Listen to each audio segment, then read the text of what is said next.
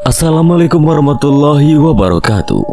Selamat datang di channel Kang Selamat. Kali ini Kang Selamat akan menceritakan sebuah kisah yang berjudul Jagat Skoro Demi Dua. Ketika mereka menuntut haknya dari alam manusia. Cerita ini ditulis oleh Dio Seta, dan sebelum kita masuk ke ceritanya, buat kalian yang belum subscribe channel ini, tekan tombol subscribe-nya terlebih dahulu dan tekan tombol notifikasinya agar kalian tidak ketinggalan cerita seram lainnya dari Kang Selamat. Dan juga jangan lupa follow Instagram Portal Dimensi. Gak usah berlama-lama lagi, langsung saja kita masuk ke ceritanya. Jagat Skoro Demi Dua.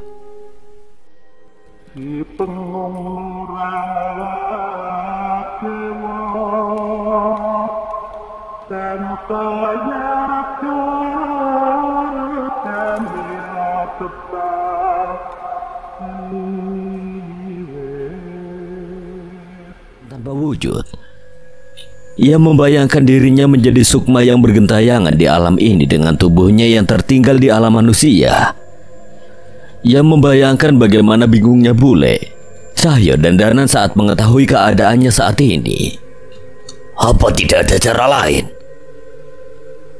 Penjara sukma bukan kurungan tanpa jalan keluar. Sekali lagi aku hanya memberimu pilihan. Semua sukma di alam ini memutuskan untuk memenjarakan diri mereka sendiri demi sesuatu yang mereka lindungi. Mencoba keluar atau tidak itu pilihanmu. Mampu keluar atau tidak itu kehendak langit. Tapi jika kesadaran sukma itu menyadari bahwa kepergianmu adalah ancaman, untuk apa yang mereka lindungi? Mereka tidak akan tinggal diam. Pale mulai mengerti situasinya. Emosi dalam dirinya memuncak membayangkan apa yang tengah terjadi di alam manusia. Tidak ada yang salah dari ucapan makhluk itu yang merasa frustasi saat mengetahui kematiannya adalah jalan terbaik untuk takdir manusia. Pale memilih untuk mundur dan mencari tempat yang paling tenang di alam yang penuh gejolak itu. Hari demi hari berlalu, ia melihat bulan terbit setiap harinya dan raksasa itu selalu memakannya. Hingga bulan itu kembali menghilang, tidak ada yang Pale lakukan selain bermeditasi dan menyerahkan takdirnya pada Sang Pencipta. 3 nyawa terasa bara, 3 pusaka sukma. Pale mengingat ucapan sosok pendekar ilmu hitam yang sempat menyerangnya sebelum ia terjaga di alam ini. Saat itu ia memikirkan sebuah kemungkinan yang mungkin lebih baik dari yang ditawarkan sosok raksasa pemakan bulan itu. Aku akan pergi dari alam ini, ucap Pale yang sukmanya kembali melayang dan berhadapan dengan raksasa itu. Itu pilihanmu. Makhluk itu hanya menoleh sejenak dan tidak memperdulikan Pale. Sepertinya urusannya dengan Pale sudah selesai, dan ia menyerahkan sepenuhnya keputusan itu pada Pale. Pale pun mencari cara bagaimana ia bisa meninggalkan penjara sukma, hutan, pegunungan, sendang, hingga berbagai tempat yang dapat ia temukan di alam itu. Ia sambangi, namun tidak satu pun dari tempat itu yang mampu membawa Pale keluar dari alam sana. Alih-alih mendapatkan cara untuk pergi, niat Pale justru disadari oleh sukma-sukma yang memenjarakan dirinya di sana. Mereka sadar kepergian Pale membawa risiko bencana di alam manusia. Tiba-tiba sukma Pale terjatuh dan tertahan di tanah. Kekuatan yang begitu besar menahannya hingga sulit untuk bergerak. Lepaskan! Teriak Pale, namun sosok yang menahannya tidak melonggarkan niatnya. Pale pun melihat bayangan seorang kakek yang berdiri dengan satu kaki di punggungnya. Kau akan membahayakan manusia lain dan keturunanku. Siapa kau? Entahlah, hanya hasrat itu yang tersisa di kesadaranku. Merepotkan. Pale membacakan ayat-ayat suci untuk mengusir roh itu, namun makhluk itu tidak menggubris. Pale sadar ia bukanlah sosok setan atau makhluk yang berniat jahat. Satu lagi, kekuatan besar menimpa tubuh Pale. Niat roh itu menghalangi Pale untuk bergerak, namun Pale tidak ada niat untuk menyerah. Aku tidak akan membiarkan bencana itu terjadi. Percayalah. Pak Lek berusaha meyakinkan mereka, namun mereka tidak peduli. Sebaliknya, setiap Pak Lek menguatkan dirinya dan berusaha melangkah. Luka-luka mulai muncul di tubuhnya. Pak Lek pun sadar roh itu adalah orang-orang sakti pada masanya. Kematianku tidak akan menghentikan mereka. Kilatan petir menyambar sukma Pak Lek. Sosok roh lain berdatangan mencoba menghalangi Pak Lek. Namun ia terus berusaha untuk pergi walaupun luka-luka di sekujur tubuhnya semakin bertambah. Sukmanya semakin melemah. Ia khawatir raganya takkan mampu menahan semua lukanya ketika sukmanya kembali. Tolong, aku berjanji tidak akan membiarkan bencana itu terjadi. Lepaskan aku. Pak Lek belum pernah merasa selama ini, namun Pak Lek juga belum pernah merasakan tekadnya sekuat ini. Kalau aku harus mati, setidaknya aku mati dengan memperjuangkan keyakinanku. Pak Lek yang terkapar di tanah berusaha untuk terus maju. Ia menyeret tubuhnya sedikit demi sedikit menahan rasa sakitnya, mencoba untuk lepas dari situasi itu. Namun sebelum kesadarannya menghilang, tangannya menyentuh kaki dari sosok makhluk yang duduk bersila. Apa kudu koyong ini, Le? Tiba-tiba orang itu berbicara sambil duduk bersila dan melipat tangannya menatap ke arah Pak Lek dengan kasihan. Pak Lek menatap wujud itu dan memastikan sukma itu masih berwujud manusia dan masih mempertahankan kesadarannya. Aku harus pergi. Aku melihat kemungkinan untuk menghentikan mereka. Makhluk itu melihat keyakinan di mata Pak Lek. Ia memastikan beberapa saat sebelum aliran kekuatan besar muncul dari dalam dirinya.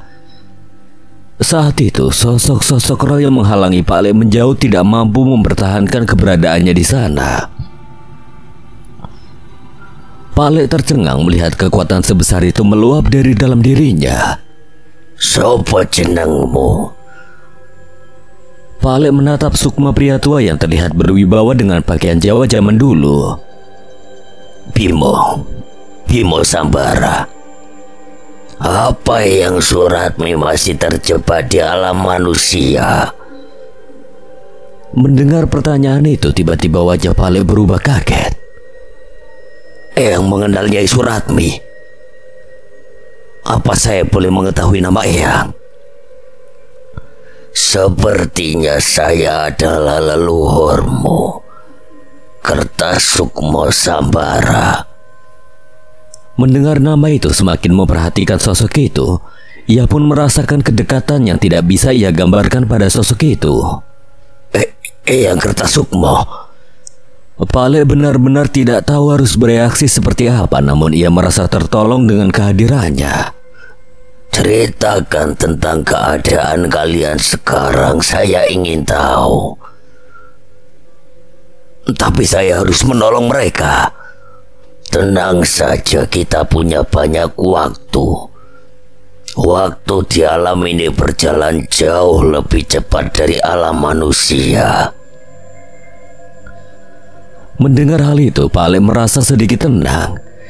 Ia pun menceritakan bagaimana Pak Lek bertemu Nyai Suratmi saat keris sukma geni diturunkan kepadanya. Ia juga menceritakan bagaimana Eyang Suratmi sudah pergi dengan tenang setelah rohnya bertemu dengan Eyang Widarpa. Jadi akhirnya mereka bisa bertemu. Nyai Suratmi pergi lebih dulu, Eyang. Dan Eyang Widarpa menyusul setelah berhasil menemukan makam sahabatnya Prabu Arya di alas mayit. Syukurlah. Eyang sendiri mengapa masih berada di sini? Sosok itu memastikan kondisi Pak Lek dan menggunakan kemampuannya untuk sedikit memulihkan sukma Pak Lek. Ia pun mengajak Pak Lek berdiri sambil berjalan menelusuri penjara sukma itu. Eyang dan beberapa leluhurmu masih memiliki tugas, Bimo. Sesuatu yang besar akan datang dan kami harus menuntaskannya. Sesuatu yang besar? Tepatnya sesuatu yang belum bisa kami tuntaskan. Sisa-sisa pertarungan masa lalu akan kembali bangkit. pertarungan antara Trasambara dan sosok-sosok besar penguasa alam gaib. Kami menyebutnya Perang Para Danyang. Eyang Kertasukma menceritakan bahwa masih ada kekhawatiran di antara mereka. Walau pertikaian kedua sisi telah berakhir, 1000 hari setelah peperangan Para Danyang berakhir, lahir seorang bayi yang tumbuh terukir kalimat aksara. Perang Para Danyang harus dituntaskan. Bayi itu lahir dengan tubuh yang cacat, bagian tubuh yang membusuk namun terus tertawa tanpa henti. Para sesepuh yang menyadari keberadaan bayi itu segera memastikan dan menerawang. Salah seorang leluhur Sambara, Nyi Purbawengi, menerawang aksara itu dan mendapatkan penglihatan yang tragis. Tepat saat sesepuh Sambara selesai memeriksa keanehan di bayi itu pun tertawa semakin keras hingga terdengar ke seluruh desa. Tepat saat tengah malam bayi itu mati. Atas kejadian itulah leluhur-leluhur Sambara memutuskan untuk mendalami ilmu-ilmu yang memungkinkan untuk mencegah perang Para Danyang terjadi lagi. Dan jikapun perang itu kembali pecah, ada peninggalan-peninggalan Sambara yang akan menuntun untuk mengakhiri peperangan itu. Aku sengaja mendiami alam ini dan menanti saat aku kembali dibutuhkan di perang itu. Tapi Eyang bilang waktu di sini berjalan lebih lama. Eyang menunggu selama itu. Pak Lek benar-benar takjub sekaligus kasihan dengan penantian Eyang Kertasukma. Eyang Kertasukma menggeleng dan tersenyum kepada Pak Lek. Percayalah, bahkan di tempat yang paling mengerikan, selalu ada hal baik yang bisa kau temukan.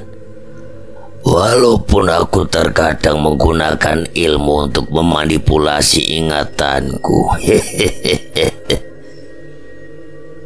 Perbincangan panjang pun terjadi di antara mereka. Eyang Kertasukma menceritakan satu persatu sosok roh yang mulai kehilangan kesadaran. Beberapa dari mereka menitipkan ingatannya pada Eyang Kertasukma. Entah sudah berapa kali sang raksasa memakan rembulan, Pak Lek tidak lagi menghitung berapa kali bulan itu terbit dan musnah setelah dimakan raksasa itu. Sampai akhirnya Eyang Kertasukma mengajak Pak Lek ke sebuah kobaran api yang terus menyala. Sudah waktunya, Bimo. Biarkan api itu membakar sukmamu sampai habis. Itulah jalan keluar dari tempat ini. Eyang tahu apa yang terjadi di luar sana. Eyang menggeleng dan menepuk pundak Pak Lek. Aku hanya dapat merasakan gejolak perasaan kalian setiap pertarungan besar terjadi, dan sekarang hal itu terasa begitu kuat. Janan, Jagat. Eyang Kertasukma mengangguk. Sementara itu beberapa sukma yang telah kehilangan kesadaran sudah berkumpul di sana. Pak Lek tidak merasakan ancaman dari mereka, namun ia tetap waspada. Ini untuk memastikan kau tidak membiarkan bencana itu terjadi, ucap salah satu sukma itu. Satu persatu roh itu menembus tubuh Pak Lek. Ia merasakan berbagai kekuatan merasuk ke dalam dirinya dan membuat sukmanya seperti akan meledak. Hentikan, hentikan! Pak Lek berusaha menghindar, namun mereka terus menembus tubuh Pak Lek hingga luka-lukanya kembali terbuka. Eyang! Pak Lek meminta pertolongan, namun saat itu Eyang Kertasukma hanya memandangnya dengan mata sayu hingga roh itu berhenti.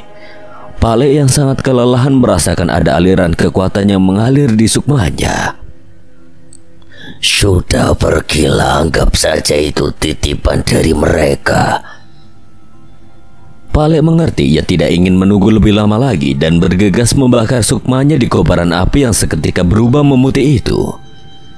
Saat kesadarannya mulai menghilang, Pak Lek menoleh ke arah Eyang Kertasukma. Sebuah kalimat terdengar dari bibirnya.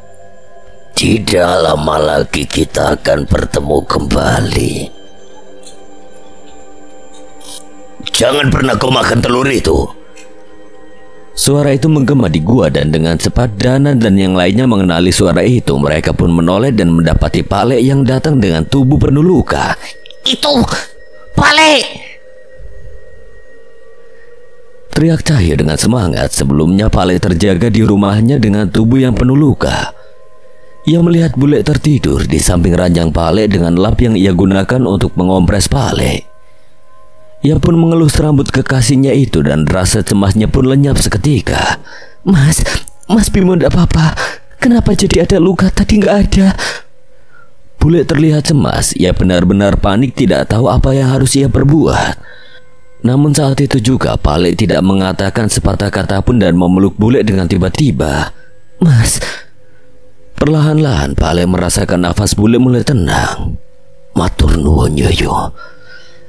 Saat itu juga air mata bule menetes. Ia benar tidak mampu menahan harunya setelah Pale tidak sadar selama beberapa hari. Sayangnya mereka harus menunda haru itu untuk beberapa saat. Pale mengobati luka di tubuhnya seadanya dan mengikuti petunjuk yang ditinggalkan oleh Cahyo melalui bule. Permainan tangan Pale menciptakan api geni baraloka yang menyala menerangi seisi gua. Api itu menyala membakar tubuh beli wajah. Mbok Sar memulihkan perlahan kekuatan jiwa mereka. Bagus. 3 tumbal telah tiba. Tangkap orang itu dan ambil pusaka sukmanya. Seorang pendekar ilmu hitam bersama kelompoknya tiba-tiba muncul di belakang Pale. Ia adalah sosok yang sama yang melukai Pale untuk mengambil darahnya. Setidaknya cobalah untuk melarikan diri, itu akan lebih seru. Berbeda dari sebelumnya, tepat saat orang-orang itu akan menyerang, tiba-tiba mereka terjatuh tengkurap dengan kekuatan besar yang menekan mereka. Apa? Kekuatan apa ini? Pale tidak membalasnya dan melesat ke arah Danan. Tak disangka seekor ular berwajah manusia sudah muncul dari tanah untuk menyerang Danan. Minggir Danan! Danan melompat dan tepat ketika Pale menghentakkan kaki, tanah di tempat makhluk itu bersembunyi merapat dan menggencet tubuh dukun siluman itu hingga hancur. Danan dan Cahyo tercengang melihat kekuatan Pale. Itu bukan kekuatan Pale kan? Danan menggeleng. Ia merasakan masih ada kekuatan besar di tubuh Pale yang membuat Danan cemas. Tubuh Pale sedang berlomba dengan kekuatan itu. Entah mana yang akan habis duluan, kekuatan itu atau tubuh Pale. Guntur, Dirga, rawat Mbok Sar dan beli wajah. Kita siapkan serangan terkuat kita. Cahyo menoleh ke arah Mbah Jiwo memintanya mempersiapkan rencana. Sementara itu Dana dan Cahyo berlari mengikuti Pale yang berlari menuju singgasana ketiga makhluk penjaga gerbang itu. Tumbal tidak pantas untuk bertingkah. Sosok dukun buta muncul dari atap gua dan menyergap Pale. Dukun buta itu terpental begitu saja dengan serangan Cahyo yang telah dirasuki Wanasura. Jangan halangi Pale! Tak menyerah, sekelompok orang dengan pusaka di tubuhnya meluapkan kekuatan hitam dari tubuhnya dan menghujamkan keris mereka ke arah Pale. Belum sempat pusaka itu menyentuh Pale, angin kencang menahan gerakan mereka hingga tubuh mereka tersayat. Jangan hiraukan mereka, Pale. Lawannya sepadan ada di depan sana. Danan yang mengamuk dengan ajian Gambura Meksonya, Cahyo dengan kekuatan Wanasura, dan Danan juga dengan aji-ajiannya menghadapi pasukan dukun yang mulai berubah menjadi siluman itu. Sementara itu Pale berhadapan dengan sosok yang paling mengerikan di tempat itu. Sebaiknya kau serahkan nyawamu dan pusaka sukmamu baik-baik, dan semua akan selesai dengan cepat. Ucap Ki Kundawayan. Pale mengambil sebuah benda dari tas kainnya dan melemparkannya ke hadapan Ki Kundawayan. Gerbang jagat Segoro Demit tidak akan terbuka lagi. Mata Ki Kundawayan terbelalak saat melihat benda yang dilemparkan oleh Pale itu. Apa yang kau lakukan pada keris Sukmageni? Brengsek! Danan dan Cahyo menoleh dan menyaksikan keris Sukmageni sudah hancur dan tidak ada sedikit pun sisa kekuatan di dalamnya. Benda yang ada di hadapan Ki Kundawayan itu pun hanya terlihat seperti besi biasa. Sialan! Berani-beraninya kau. Nyai Kuara berdiri dari singgasananya dan geram dengan perbuatan Pale. Nafas Kolopati terengah-engah, amarahnya terasa memancarkan kekuatan hitam dari tubuhnya. Ini rencana ratusan tahun. Bagaimana pusaka abadi itu bisa hancur? Tidak ada yang abadi di alam ini. keris Sukmageni sudah pernah mati. Dan kali ini aku pastikan kematiannya tidak akan pernah bangkit lagi.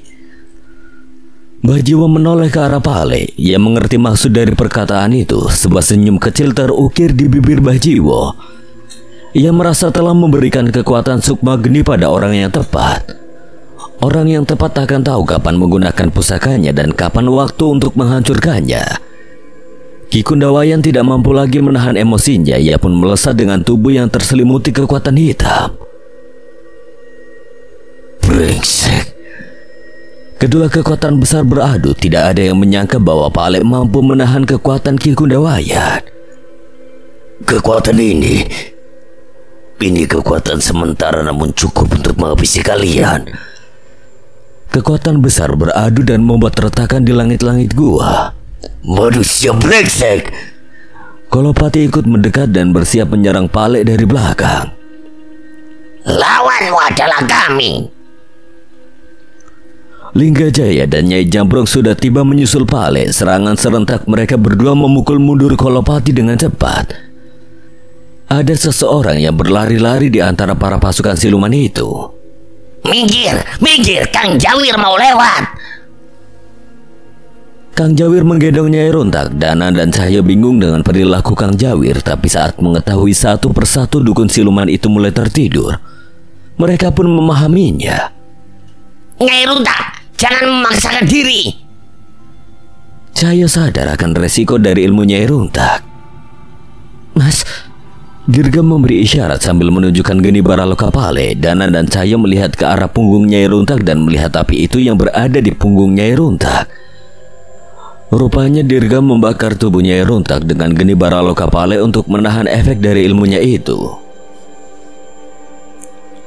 Kata Dirga teh Nyai Runtak akan baik-baik saja. Kang Jawir mengacungkan jempolnya dengan wajah lucunya. Nyai Kuara tidak lagi menahan diri. Ia mengambil keris pusaka dengan bilah merah. Ada kain kafan dengan bekas darah menutupi bilah keris itu. Aku sudah menantikan keris Sukmageni dan keris Sukmapati akan berdampingan. Tapi kau merusak semuanya. Pale menyadari bahwa darah di kain kafan itu adalah darah miliknya. Ia pun menyadari sebuah kutukan yang tersimpan di balik kain kafan itu. Keris itu melayang dengan kekuatan Nyai Kuara. Dengan cepat keris itu melesat mengincar kepala Danan. Sebuah pisau pusaka melayang menghalau keris itu dari wajah Danan. Jangan sampai tersentuh keris itu, Nan. Teriak Rizal yang panik. Pisau pusaka yang ia lemparkan pun hancur begitu saja ketika menyentuh keris Sukmapati. Danan pun mengeluarkan keris pemberian Pak Sudarjo. Ia berjaga-jaga untuk tidak bersentuhan langsung dengan keris Sukmapati. Sepertinya mau tidak mau aku harus menggunakan ini. Cahyo mengeluarkan sebuah kujang. Itu aku mendapatkannya dari seseorang. Cahyo menjelaskannya pada Danan. Saat itu senyuman kecil muncul di wajah Danan. Ayo. Danan memulai serangan mereka berdua ke arah Nyai Kuara. Danan menyelimuti kerisnya dengan kekuatan sukmanya dan Cahyo menyelimuti kujangnya dengan kekuatan Wanasura. Setidaknya dengan melakukan itu, pusaka mereka tidak akan hancur begitu saja saat beradu dengan keris Sukmapati.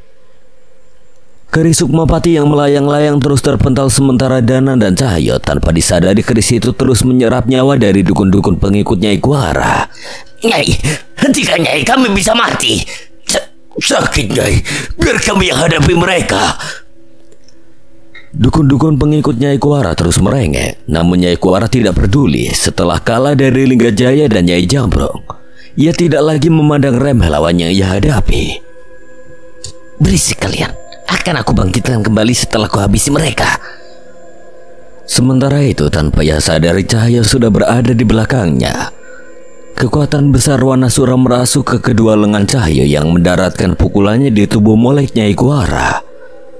Pukulan keras itu menghantam Nyai Kuara, namun tidak sedikit pun Nyai Kuara merasa kesakitan. Sebaliknya, Cahyo terpental dengan kekuatan Nyai Kuara yang semakin kuat dengan tubuh barunya. Jangan menganjul. Berbeda dengan Cahyo, serangan-serangan Danan justru dihindari oleh Nyai Kuara. Cahyo mempertanyakan apa yang membuat makhluk itu takut dengan serangan Danan. Sebuah pukulan mendarat di wajah cantik Nyai Kuara. Darah pun menetes dari bibirnya, ada bekas darah berwujud kepalan tangan di pipinya. Kau sudah tahu rupanya. Kalian bertiga adalah makhluk yang dikutuk oleh leluhurku. Darah Sambara adalah kutukan untuk kalian. Cahyo mengerti rupanya sekuat apapun kekuatan mereka, darah Sambara akan mampu menembusnya. Akhirnya ia mengerti mengapa Nyai Kuara menggunakan darah Pale untuk mengaktifkan keris Sukmapati itu juga. Serang dia lagi, Danan. Cahyo menangkis serangan keris Sukmapati, sementara Danan berhasil mengincar titik buta Nyai Kuara. Tepat saat pukulannya akan menyentuh tubuh Nyai Kuara, Cahyo mendorong tenaga Danan dengan kekuatan Wanasura. Pukulan Danan begitu keras menghantam Nyai Kuara, ia terpental ke dinding gua hingga menggetarkan seluruh tempat itu. Pertarungan sengit pun terjadi di antara ketiga makhluk pembuka gerbang melawan Pale dan yang lainnya. Kekuatan besar yang beradu di dalam gua itu menciptakan getaran yang mengerikan hingga langit-langit gua itu pun mulai berjatuhan. Kita harus pergi dari tempat ini. Pergilah, kami harus menuntaskan mereka. Petir besar menyambar ke dalam gua dan mendarat di tubuh Ki Kundawayan. Ia meringis kesakitan dan membalasnya dengan pusaran kekuatan hitam yang membuat Pale tidak mampu menahan darah yang bermuncaratan dari tubuhnya. Seluruh dukun dan para pendekar ilmu hitam mulai berlarian meninggalkan gua, sementara Dirga dan yang lain masih ragu. Pergi! Tidak, kami akan membantu kalian. Cahyo dan Danan tahu bahwa mereka tidak akan meninggalkan mereka di gua yang akan hancur itu. Guntur, Dirga, bawa mereka, jangan melanggar perintah Guromo. Kang Jawir terlihat bingung untuk mengambil keputusan, sementara itu tiba-tiba Mbah Jiwo muncul dengan memapa seseorang. Pergilah, aku pastikan mereka akan kembali dengan selamat. Seorang pria yang setengah mati berusaha untuk berjalan. Mbah Jiwo diam-diam memanfaatkan kesempatan saat ketiga makhluk itu lengah. Kabut putih pun muncul di antara Dirga, Guntur, dan yang lain. Keberadaan mereka mulai berpindah, namun saat itu mereka sadar bahwa Mbah Jiwo berhasil menyelamatkan teman mereka yang ditawan. Mas Jagat. Dirga tersenyum menyadari hal itu tepat sebelum tubuh mereka berpindah ke alun-alun desa Giriwening. Selesaikan pertarungan ini. Aku akan menjemput kalian setelah kekuatanku kembali pulih. Percayakan pada kami. Pastikan mereka selamat. Jagat dan Mbah Jiwo pun menyusul meninggalkan gua itu. Tersisa 5 manusia dan 3 makhluk terkutuk yang mempertaruhkan nyawanya di reruntuhan gua berumur ratusan tahun itu. Apa yang bisa mengalahkan Kolopati? Guntur benar-benar cemas dengan keadaan gurunya itu. Dirga yang tidak mampu menjawab hanya mampu menenangkan Guntur dengan menepuk pundaknya. Tenang saja, Tur. Aku belum pernah mendengar sepasang pengguna ajian Tarung Bumi dan ajian Songo Langit kalah. Mereka adalah petarung terhebat di zamannya. Bosar mulai menguasai dirinya mencoba menenangkan kedua pemuda itu. Beliau aja berdiri dengan cemas. Ia merasakan kekuatan yang tidak wajar yang meluap dari tubuh Pale, bahkan hingga mereka sudah berada di tempat yang berbeda.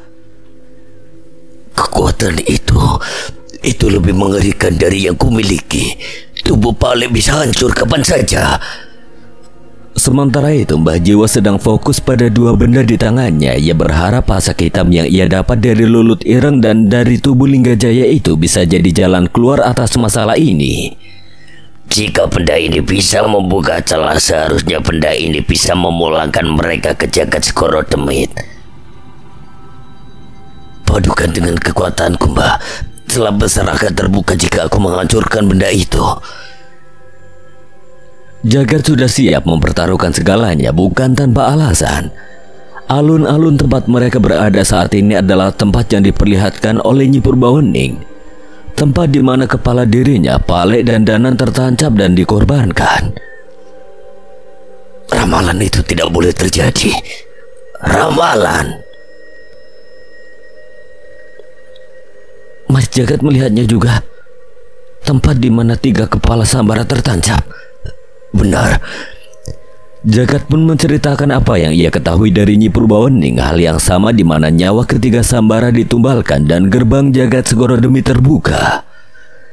Tapi keris Sukma Geni sudah dihancurkan. gerbang itu tidak akan terbuka dengan sempurna kan? Gerbang tidak terbuka sempurna bukan berarti nyawa Pale dan Danan akan selamat. Dirga menyadari ucapan Jagat ada benarnya. Terlebih saat ini aku merasakan benturan kekuatan yang begitu besar dari dalam tanah. Bajiwa, selesaikan secepatnya. Akan kuantarkan benda itu pada Danan dan yang lain. Jagat sudah memulihkan sedikit kekuatannya yang membantu Bajiwa menempa kedua pasak hitam itu dengan darahnya. Suara yang begitu besar terdengar seperti letusan gunung. Batu-batu berterbangan berserakan bersama kemunculan sosok-sosok yang menembus reruntuhan gua. Danan dan Cahyo terjatuh di alun-alun dengan luka-luka di seluruh tubuhnya. Kondisi mereka berimbang dengan Nyai Kuara yang kembali terlihat menua. Pale, Linggajaya dan Nyai Jambrong tidak berbeda, mereka pun babak belur. Namun Ki Kundawayan dan Kolopati pun terlihat kewalahan. Mas Danan, Mas Cahyo. Dirga dan Guntur ingin menyusul mereka, namun Beli Wajah menahan kedua pemuda itu. Jangan, kita hanya akan mengganggu mereka. Perhatikan wujud mereka. Dirga dan Guntur merasakan perbedaan dari kelima pendekar itu. Cahyo bertingkah layaknya kera dengan tubuhnya yang menyerap wujud Wanasura. Matanya menyala merah dengan kesadaran yang mulai pudar. Danan berusaha berdiri dengan tingkah yang begitu tenang. Matanya menutup dengan darah yang menetes dari kedua matanya. Keris di genggamannya pun terlihat tidak lagi bisa bertahan lama. Mereka berdua menggunakan ilmu terlarang. Cahyo menyatu seutuhnya dengan Wanasura dan Danan menyentuh titik fananya. Danan terlihat kesulitan untuk berjalan, namun segala serangan kutukan Nyai Kuara hingga terjangan keris Sukmapati tidak ada yang mampu menyentuh Danan.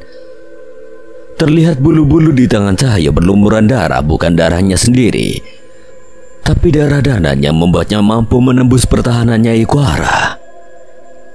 Ini perjuangan melawan waktu. Sampai kapan Danan dan Cahyo dapat bertahan dengan wujud itu? Sampai kapan tubuh Pale bisa menahan kekuatan di tubuhnya? Dan apa napas Nyai Jambrong dan Linggajaya bisa terus bertahan menangani Kolopati?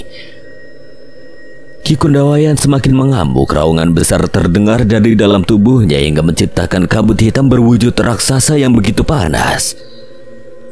Pale tidak tinggal diam. Ia mengingat bagaimana tubuhnya disiksa oleh kesadaran roh di alam sukma.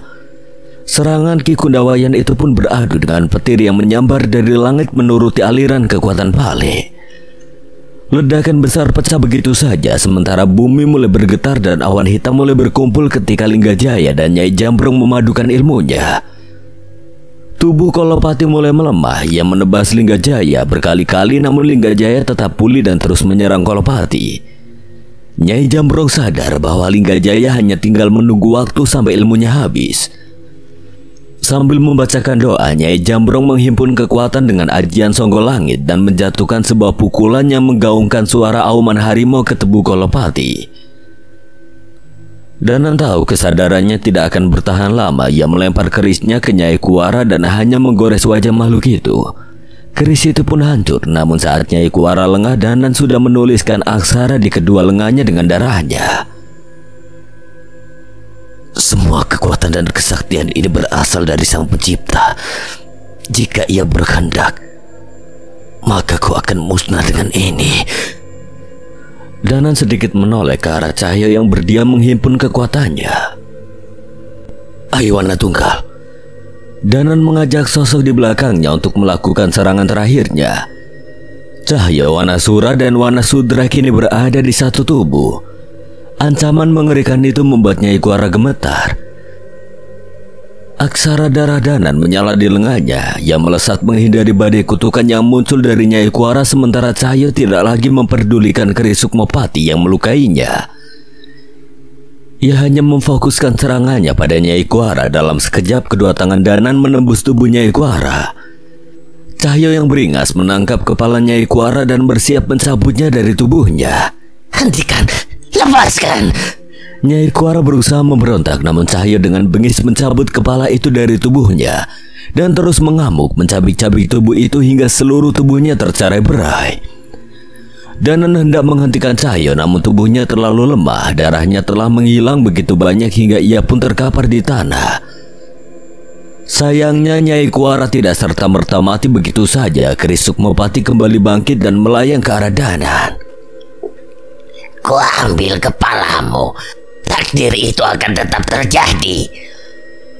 Darah bermunceratan dari keris Sukmapati yang menebas. Namun bukan kepala yang melayang, tapi satu lengan seorang pria yang melesat begitu cepat melindungi sahabatnya itu. Jangan kau sentuh Danan. Cahyo yang sampai ke tempat itu dibimbing dengan nalurinya. Satu tangannya terlepas dari badannya, sementara satu lengannya menggenggam keris Sukmapati dan beradu kekuatan.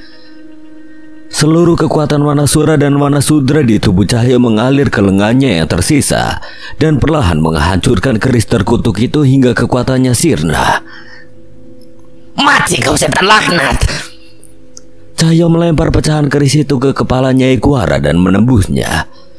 Cahyo pun terjatuh. Kekuatan Wanasura dan Wanasudra meluap bersama kemunculan seekor monyet kecil. Ia jatuh dengan darah yang terus mengalir dari lengannya yang hilang. Kali ini Bliwaja tidak dapat lagi menahan diri. Ia berlari dan mempersiapkan sisa kekuatannya untuk menolong Dana dan Cahyo. Tapi sebuah kekuatan besar meledak dan membuatnya terpental. Cikudawayan ambil tubuhku dan Nyai Kuara. Habis mereka, kita akan bangkit lagi ketika mereka sudah tidak hidup di alam ini lagi. Ki Kundawayan geram terlihat di wajahnya bahwa ia tidak menyangka bahwa ia harus menyatu dengan Kolopati dan Nyai Kuara hanya untuk melawan manusia. Kedua sosok yang telah gagal itu pun terbakar oleh api hitam yang merasuk ke tubuh Ki Kundawayan. Sontak energi yang begitu besar meledak-ledak dari tubuh Ki Kundawayan. Aku akan membunuhmu, membunuh semua manusia yang bisa kucapai. Dan kami akan tetap menyatukan kedua alam ini beberapa ratus tahun lagi. Awas Pale. Nyai Jambrong menyadari sebuah tangan berkuku tajam muncul dari belakang Pale. Bukan tidak sadar, tapi Pale sudah mencapai batasnya. Tubuhnya sulit untuk bergerak, namun kekuatan besar terus meluap-luap dari tubuhnya. Tangan itu mencengkeram tubuh Pale dan membantingnya ke tanah hingga darahnya bermunceratan. Linggajaya dengan cepat berusaha menyelamatkan tubuh Pale, namun mereka berdua harus berhadapan dengan tangan-tangan Ki Kundawayan yang muncul menyerang mereka. Tubuh Danan, Pale dan Cahyo melayang dengan tangan gaib Ki Kundawayan yang mencekik mereka. Kepala kalian akan tertancap di tanah ini sebagai peringatan mereka yang berani menantang kami. Bliwaja, Guntur, Dirga dan yang lain tidak lagi mampu menahan emosinya. Ia menerjang ke pertarungan, namun dinding kekuatannya begitu besar menahan mereka. Hentikan! Macaryo bangun! Nyai Jambrong dan Linggajaya kembali menyatukan kekuatan mereka, namun tanah tidak lagi mendengarnya dan langit tidak lagi memandang mereka. Ajian mereka terhalang oleh kekuatan Ki Kundawayan yang begitu besar. Selesai. Ki Kundawayan menebas leher Danan, Cahyo dan Pale dengan kekuatan hitamnya. Tebasan itu menebas leher itu, namun leher mereka tidak terlepas dari tubuhnya. Nyai Jambrong menyadari ada selendang berwarna merah melilit di leher mereka bertiga. Hujan pun menetes di alun-alun yang kotor oleh darah bersama kemunculan sosok yang datang dengan penuh amarah. Dia kembali. Dia benar-benar kembali. Nyai Jambrong terduduk berlutut di tanah melihat sosok perempuan yang datang di tengah hujan. Siapa dia? Teman yang juga membantuku melepaskanku dari kesesatanku. Ki Kundawayan semakin geram. Hujan itu melemahkan kekuatannya hingga tangan gaibnya tidak mampu lagi mencengkeram Danan, Cahyo dan Pale. Nyi, kau berhasil keluar dari tempat itu. Danan yang matanya tidak mampu lagi melihat wujud sahabatnya itu, matanya tertutup dengan darah yang masih mengalir.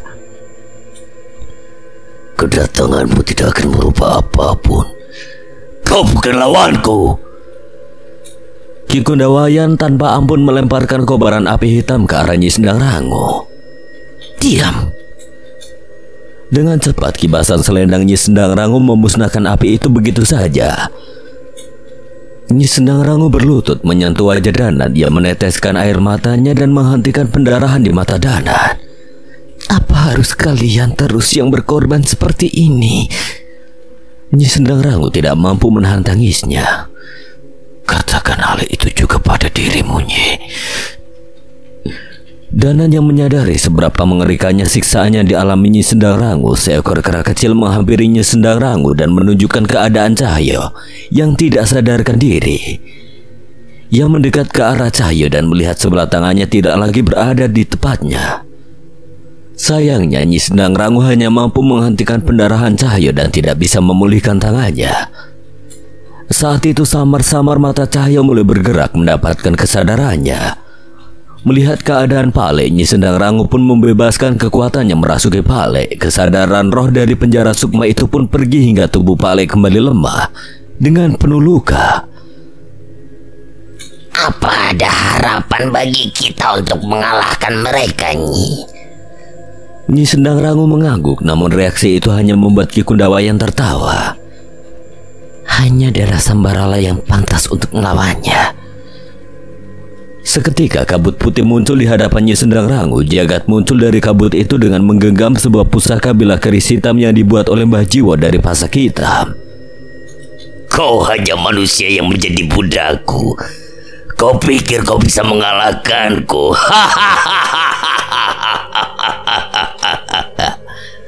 Jagat menatap Ki Kundawayan dengan penuh emosi. Ia teringat bagaimana sosok itu menggunakan dirinya untuk mencelakai teman-temannya.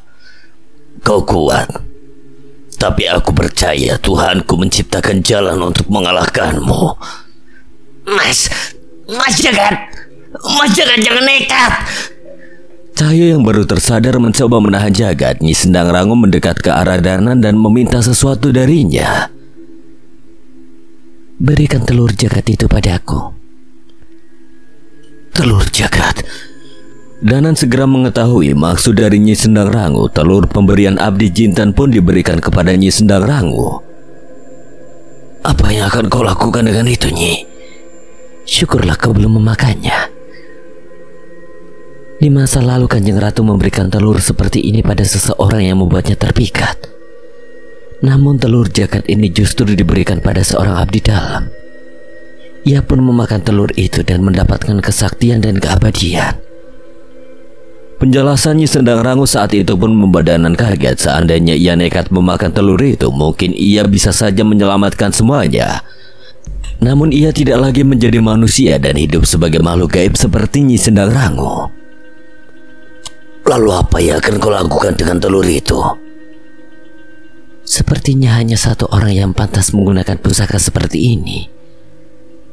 Jagat putra Sambara sang penghancur pusaka.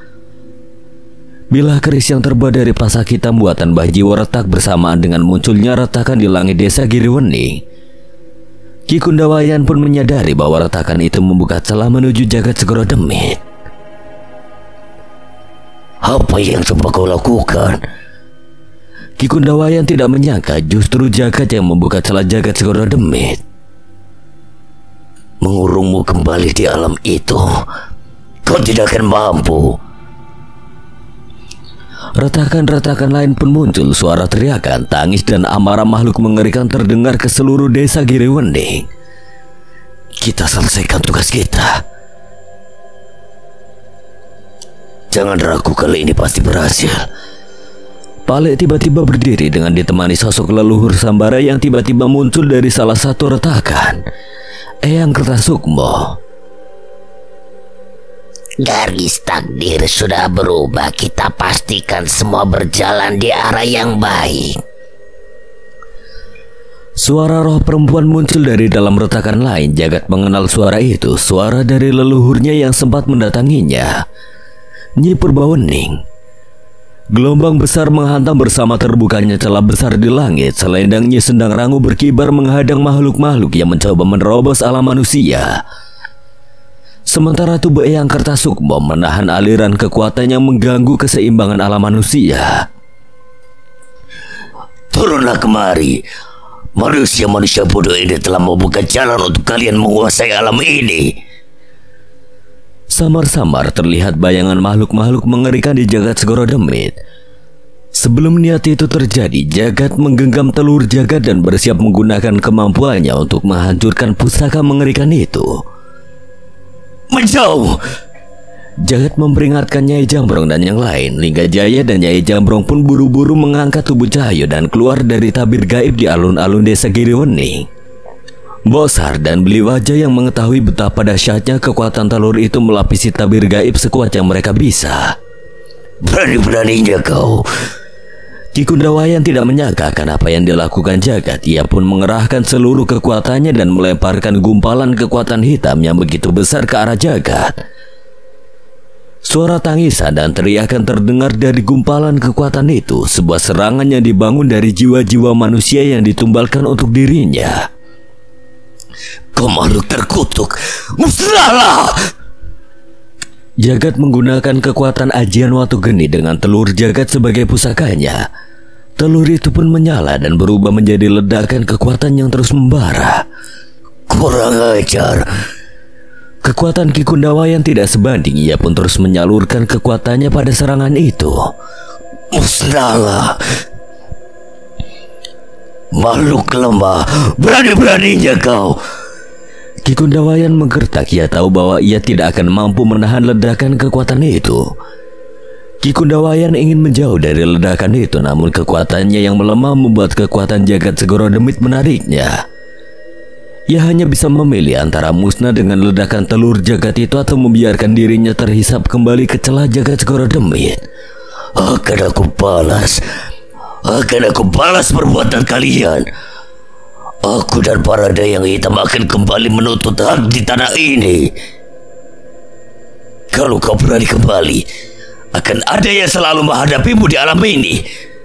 Tidak ada tempat untuk makhluk sesat seperti kalian di alam ini. Walaupun dengan rasa kesal, Ki Kundawayan pun memilih melepaskan kekuatannya dan membiarkan tubuhnya terhisap ke celah Jagat Segoro Demit. Tepat setelah Ki Kundawayan memasuki celah, kekuatan mengerikan meluap dari sana. Beberapa sosok mengerikan sudah menanti di sana. Tangan makhluk yang begitu besar merobek celah itu bersiap menerobos alam manusia. Gila, apa kita melakukan hal yang benar? Jagat tiba-tiba merasa ragu dengan tindakannya. Tidak, Jagat, ini sudah benar. Celah itu harus terbuka dan harus ada yang menahan mereka di sana. Palek melangkah menuju celah itu dan terjatuh berlutut di tanah memegangi kepalanya. Sebuah penglihatan muncul di pikirannya tentang sebuah peperangan antara Tarasambara dengan para danyang yang pernah diceritakan kepadanya. Apa ini waktunya kita untuk berkumpul dengan mereka, Palek? Palek mengangguk. Jagat pun mengerti. Cahyo yang merasakan firasat buruk meminta Bosar menyingkirkan tabir gaib di sekitarnya. Danan, apa yang kau lakukan? Danan dan Pak Alek menoleh. Cahyo pun melihat kekuatan dari celah Jagat Segoro Demit sudah menarik sukma kedua orang yang terpenting untuknya itu. Ada urusan yang harus kami lakukan, Jol. Aku tidak Naya, Ibu, Bule dan juga yang lainnya. Jangan ngawur kamu. Apapun itu biar aku ikut menghadapi setan-setan itu di alam sana. Walau dengan satu tangan aku lebih berpengalaman darimu. Pak Alek menggeleng dan mendekat ke arah tabir gaib yang masih ditahan oleh Bosar. Ini adalah takdir Tarasambara, Panjul. Kalian dibutuhkan di alam ini. Pak Alek berucap sambil menoleh ke arah Bosar dan yang lainnya. Perang para danyang akan terjadi lagi. Dan sekali lagi, Tarasambara harus menuntaskannya. Saat dampak perang ini sampai ke alam manusia, itu adalah tugas kalian untuk menghentikannya. Rizal mendekat ke arah Pak Alek. Ia tidak sadar bahwa seluruh matanya menghitam saat kekuatan dari Jagat Segoro Demit mengalir ke alam ini. Aku melihatnya. Leluhur Sambara sudah kembali dari persembunyiannya. Pertarungan akan terjadi. Mata itu. Danan tidak mengerti apa yang terjadi pada Rizal, namun ia sadar bahwa kekuatan Rizal berhubungan dengan Jagat Segoro Demit. Pak Alek tidak membuang waktu. Ia pun berjalan meninggalkan Cahaya menuju gerbang yang mulai tertutup. Kujang itu, kembalikanlah pada seseorang yang memberikannya padamu. Itu adalah kujang pengganti raga seperti yang Pak Kusworo dulu berikan padaku. Danan segera berpaling meninggalkan Cahaya. Cahaya melihat kujang pusaka yang diberikan oleh seseorang yang tidak ia kenal. Jangan ngawur. Biar aku saja yang ke sana. Saat itu tiba-tiba sebuah batu jatuh ke atas kepala Cahaya dari sebuah kabut putih. Aduh, jangan berlebihan. Ini bukan perpisahan. Aku pasti akan membawa mereka pulang. Lagi pula kami tidak sendirian. Leluhur kami sudah menunggu di sana. Jagat mencoba menjelaskan apa yang terjadi. Dirga berlari mendatangi Jagat. Kali ini sebuah benda jatuh ke tangan Dirga. Simpan itu baik-baik. Jaga apa dan yang lainnya sampai Mas kembali. Jagat telah mengambil kembali keris Dasa Sukma dari reruntuhan gua dan mengembalikannya pada Dirga. Ia pun melihat Danan sudah menggenggam kembali keris raga Sukmanya. Nyi Sendang Rangu ikut mendekat. Ia menatap Cahaya dan sosok Wanasura yang berada di dalam tubuhnya. Saat kami kembali, perang beradanya akan terjadi. Tolong pastikan alam ini siap menghadapinya. Kali ini Cahaya mengerti akan situasinya. Ini bukanlah perpisahan tanpa kepastian seperti yang dulu terjadi. Mbah Jiwo dan yang lainnya pun merangkul Cahaya, memastikan bahwa ia tidak akan sendiri mempertahankan alam manusia ini. Kita hanya membagi tugas. Mereka di alam gaib, kita di alam manusia. Jangan khawatir. Cahaya mengangguk. Ia menghapus air matanya dan mengerti akan takdir besar yang harus mereka emban. Wujud Danan, Pak Alek dan Jagat pun perlahan menghilang bersama tertutupnya celah Jagat Segoro Demit. Selendang merahnya Sendang Rangu jatuh dan terbang ke hadapan Cahaya. Aku akan kembali mengambil selendang itu. Jaga baik-baik. Jangan kau perlakukan sama seperti sarung kumalmu itu. Suaranya Sendang Rangu menggema dan menghilang bersama rintik hujan yang mereda. Cahaya tertawa sambil terisak. Enak aja. Sarung kumalku lebih sakti dari selendangmu, Nyi. Rintik hujan menghilang bersamaan cahaya matahari yang muncul samar di desa terpencil itu. Mereka memutuskan untuk pergi dari desa itu dan mencari tempat yang tepat untuk beristirahat. Mbok Sar mengajak mereka untuk mampir ke sebuah warung makan di pinggir danau yang nyaman untuk beristirahat. Alih-alih menikmati makanan, mereka justru terbaring lemas membayar hutang tidurnya setelah semua yang terjadi. Menjelang sore barulah mereka ramai memikirkan apa yang akan mereka lakukan. Linggajaya bercerita pada Nyai Jambrong bahwa tubuhnya tidak akan bisa bertahan lama. Ia hanya bisa bertahan beberapa bulan tanpa pasak yang membuat tubuhnya abadi itu. Bolehkah aku menggunakan sisa waktu hidupku untuk melatih mereka? Tanya Linggajaya sambil menoleh pada Guntur dan Dirga yang asik sendiri. Bukannya tidak boleh, tapi mereka benar-benar sulit diatur. Berarti aku harus berusaha keras. Setidaknya di akhir hidupku aku bisa merasakan hidup denganmu sambil menjaga anak-anak seperti yang kita dambakan dulu. Nyai Jambrong tidak menyangka bahwa itu adalah tujuan sebenarnya kekasihnya itu. Setelah sebuah penebusan rasa bersalah yang begitu besar, Tuhan memberikan keajaiban kepada dirinya walau hanya sementara. Kau tahu Linggajaya, tidak ada lagi yang kau inginkan lebih dari ini di sisa umurku ini. Kau, Arum, bocah-bocah nakal itu entah mengapa Tuhan terlalu baik kepadaku. Tuhan selalu memberikan yang terbaik, Sumina. Hanya saja mata kita yang tertutup oleh keegoisan kita. Nyai Jambrong tidak lagi berandai-andai. Apa yang terjadi pada hidupnya lah yang membuat saat ini begitu berharga. Karena itulah jalan yang sudah ditakdirkan oleh penciptanya. Saat itu Cahaya merasakan firasat yang berbeda. Ia menoleh ke arah seseorang yang sedang mengaduk kopi di salah satu meja lesehan di sana. Samar-samar ia mengenali pria itu dan menghampirinya. Kujang ini banyak membantuku. Cahyo mengeluarkan kujang yang ia bawa sambil duduk di hadapan pria itu. Rupanya kau masih mengenaliku. Cahyo mengangguk. Dari jauh Bosar mengawasi keberadaan Cahyo dan pria itu. Kau sudah selesai dengan ini? Iya. Sahabatku mengatakan bahwa ini kujang pengganti raga. Apa itu benar?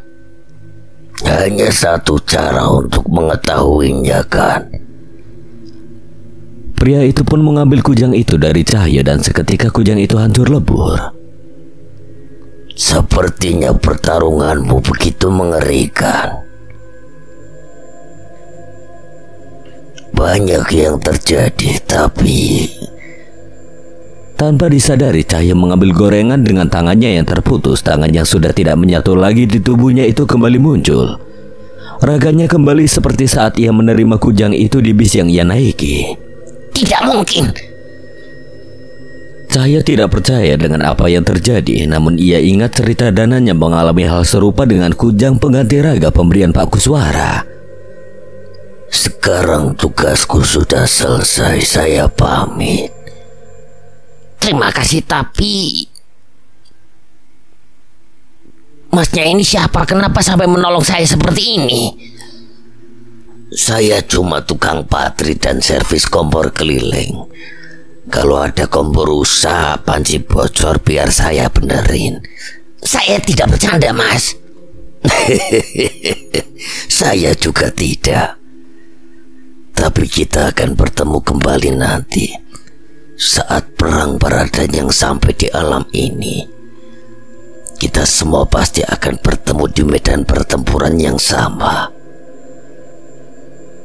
Cahyo tidak lagi bertanya. Ia sadar bahwa banyak orang sakti yang tidak ingin dikenal dan ingin hidup normal layaknya manusia biasa. Tapi Cahyo tahu bahwa saat waktunya mereka dibutuhkan, mereka akan muncul membela alam manusia dari makhluk-makhluk yang mencoba menyesatkan dan membawa bencana. Danan kembali lagi ke alam itu. Sebuah alam yang memiliki kesadaran dan merenggut kewarasan manusia yang memasukinya. Suara teriakan, tangisan dan amarah dari sosok yang tersiksa di sana terus menggema, tidak membiarkan ada sedikit pun keheningan di sana. Penglihatan Danan kembali pulih bersama geni Baraloka yang digunakan oleh Pale. Namun saat itu Danan menyadari sesuatu. Geni Baraloka tidak akan bisa menyembuhkan luka sedalam itu. Pale, api ini, bukankah keris Sukma Geni sudah dihancurkan? Benar, Pale sudah menghancurkan fisiknya. Namun masih ada percikan api Sukma Geni yang tersisa di Sukma Pale. Semoga saja Pale tidak perlu menggunakannya lagi setelah ini. Tak kusangka kau nekat menghancurkan pusaka pertama leluhur kita. Semoga saja kau tidak dimarahi eyangmu yang lain. Jangan begitu, mereka pasti akan mengerti. Perjalanan di alam itu mereka lalui dengan petunjuk Nyi Purbawengi. Sepanjang perjalanan Danan terus melihat Nyi Sendang Rangu dari belakang. Ia benar-benar merasa lega melihat Nyi Sendang Rangu terbebas dari siksaan kutukan Raden Giri Sangkur. Sepertinya di zaman ini kalian juga mendapatkan banyak teman-teman yang hebat. Benar, Nyi. Lebih dari itu, bahkan kawan dari alam lain pun banyak yang membantu kami. Syukurlah. Perjalanan mereka pun sampai ke sebuah bangunan besar yang tersembunyi di hutan tandus. Ada kehangatan yang mereka rasakan saat memasuki hutan itu, seolah-olah hutan itu bukan bagian dari jagat Segoro Demit. Aku tidak pernah menyangka ada tempat seperti ini di alam ini. Selamat datang di persembunyian leluhur Sambara. Disinilah peninggalan leluhurmu disembunyikan demi pertempuran besar yang akan kita hadapi. Pintu ruangan itu pun terbuka dan sekumpulan pusaka terlihat terpajang di dinding-dinding kayu bangunan itu. Mereka pun masuk mencari keberadaan siapapun di bangunan yang begitu besar itu. Mereka melewati sebuah taman kecil dengan sebuah pendopo kayu di sana. Ada sesuatu yang berada di sana yang membuat mereka kaget. Seorang kakek dengan lahapnya memakan masakan yang terlihat begitu menggiurkan, namun bukan itu permasalahannya. Di sebelahnya terlihat kepala makhluk yang sangat mereka ketahui. Kepala itu tertancap sebuah keris, sementara kakek itu makan dengan santai di sebelahnya. Kalian sudah datang. Ayo makan. Yang kalian masak banyak. Ucap kakek itu dengan ramah. Tapi Danan dan yang lain masih terpaku menatap kepala itu. Danan pun memastikan dan apa yang ia lihat tidak mungkin salah. Itu kepala Ki Kundawayan. Sekian. Dan terima kasih buat Dioseta yang telah mengizinkan saya membawakan ceritanya. Apabila ada kesalahan atau kekurangan, Kang Selamat memohon maaf sebesar-besarnya, dan akhir kata Kang Selamat pamit undur diri. Wassalamualaikum warahmatullahi wabarakatuh.